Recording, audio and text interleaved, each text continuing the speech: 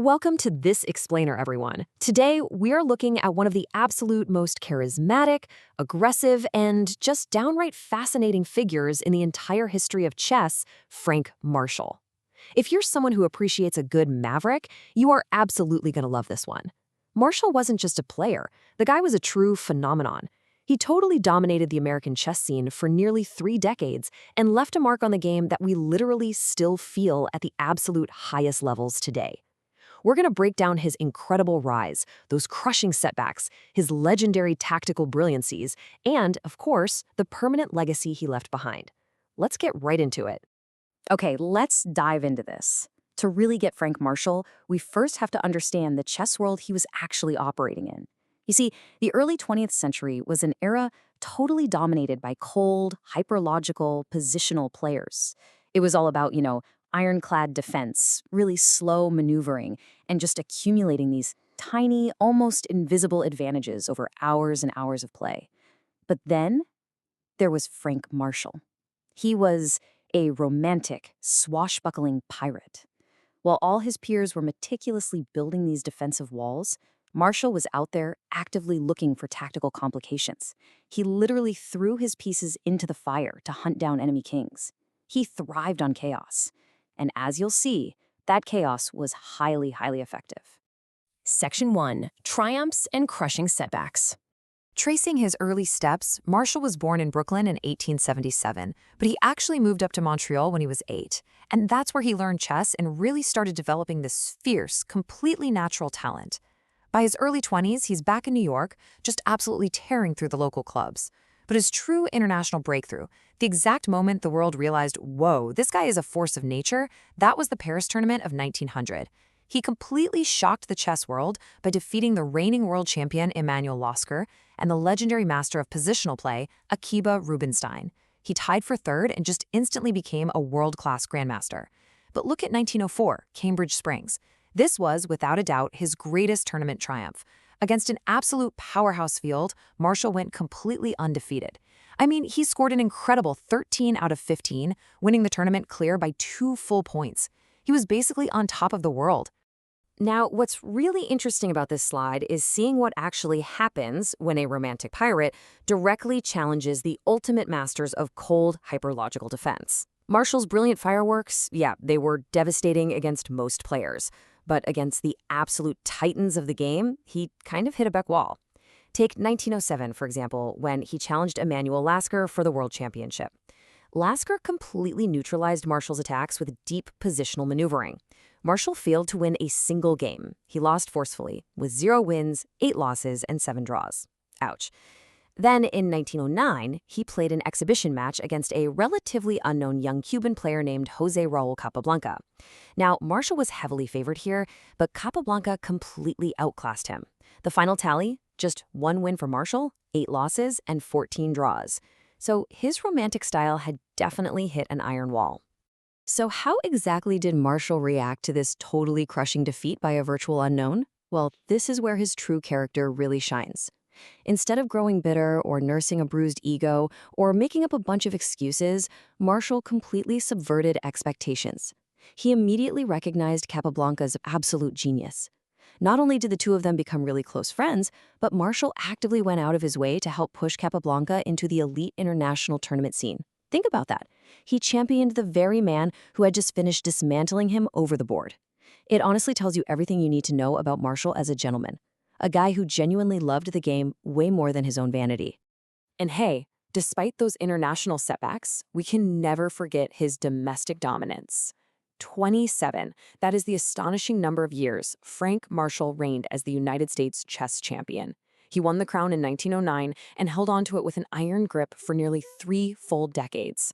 To put that into perspective, the only reason his reign actually ended in 1936 is because he voluntarily relinquished the title. He stepped down because he firmly believed that a competitive tournament, rather than just a one-on-one direct challenge, should decide the champion. For 27 years, he was the undisputed king of American chess. Section 2. The Art of the Swindle. If you study Frank Marshall for any length of time, you are inevitably going to hear the term swindle. By definition, in chess, a swindle is basically when a player intentionally complicates a seemingly lost or completely dead position by setting these deep, sneaky traps to trick their opponent into throwing away their advantage. Now, most players feel a sense of shame when they lose an advantage, but Marshall? No way. He was an absolute master of stealing games right out from the jaws of defeat. In fact, he was so incredibly proud of this tactic that he actually wrote an entire book on the concept and wore the title of swindler like a total badge of honor. He literally dared his opponents to try and finish him off. Section 3. The legendary gold coins game. Let's move to and see how this builds, because we have to break down this truly unforgettable piece of chess history. Step 1. The setup. The year is 1912, and we're at a tournament in Breslau, Germany. Marshall is playing black against the really powerful master, Stefan Levitsky. Out of nowhere, Marshall finds a move so deeply hidden, it practically defies logic. Which brings us to step 2, the move. Marshall sacrifices his absolute most powerful piece, his queen, by moving it to a square where it can be captured by not just one, but 2 different enemy pawns. At first glance, it looks like a terrible game-ending blunder. But then we reach step 3, the result. It becomes brutally clear that no matter which pawn Levitsky actually uses to take that queen, he is going to immediately slide into an inescapable checkmate or lose massive amounts of material. It was a perfectly calculated thunderbolt. And this brilliantly illustrates the sheer, mind-blowing impact of Marshall's play. The legend goes that the spectators in the room were so utterly enthralled and completely stunned by the beauty of this queen's sacrifice that they literally emptied their pockets and showered Marshall's chessboard with actual gold coins.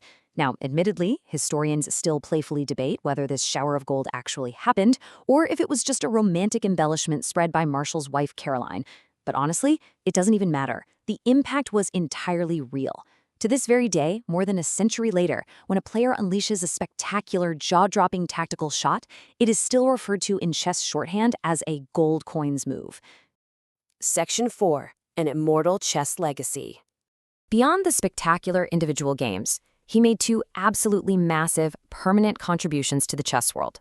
First up, in 1915, he established the Marshall Chess Club in New York City.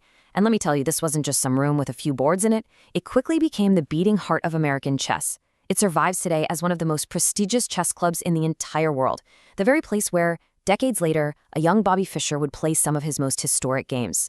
And second is his huge theoretical contribution, the Marshall attack in the Ruy Lopez opening, which he finally unleashed on the world in 1918. And get this, the story behind the Marshall attack is just incredible. Marshall spent 10 full years secretly developing this devastating opening weapon for black. 10 years. He kept the whole thing totally hidden until he could finally unleash it against his old friend and rival, José Raúl Capablanca, in 1918. Now, Capablanca being, well, Capablanca, he managed to defend brilliantly over the board and actually ended up winning that specific game. But Marshall absolutely had the last laugh, theoretically. His concept was fundamentally, unbelievably sound. Today, the Marshall attack remains an incredibly deep, deeply aggressive system that is still played at the absolute highest levels of elite chess. In fact, it's so dangerous and complex that top grandmasters today will often play very specific anti-Marshall variations just to avoid dealing with it entirely. Section 5. Art out of chaos. Frank Marshall sadly passed away in 1944 from a sudden heart attack while walking down a street in New York, having spent his entire life completely dedicated to those 64 squares. So the crucial point is really summarized perfectly by this quote. He didn't just want to win, he wanted to create art out of chaos. Marshall proved that chess isn't merely some dry mathematical exercise or a robotic test of memory. In his hands, chess was a genuinely expressive art form. The board was his canvas, and his pieces were the paint. He totally embraced the messy, the complicated, and the highly dangerous, because he knew that is exactly where the true beauty of the game was hiding. Which naturally leaves us with this final thought. Today, we live in an era of supercomputers and artificial intelligence, right? A time where chess is increasingly dominated by cold, flawless machine logic and infinite memory prep. The game is arguably more solved now than it has ever been in human history. So I leave you with this question to chew on.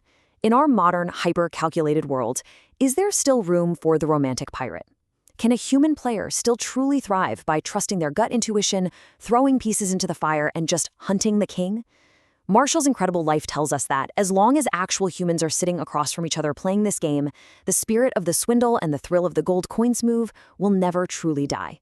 Thank you so much for joining me for this explainer, and I really hope you walk away today feeling inspired by the absolute chaotic genius of Frank Marshall.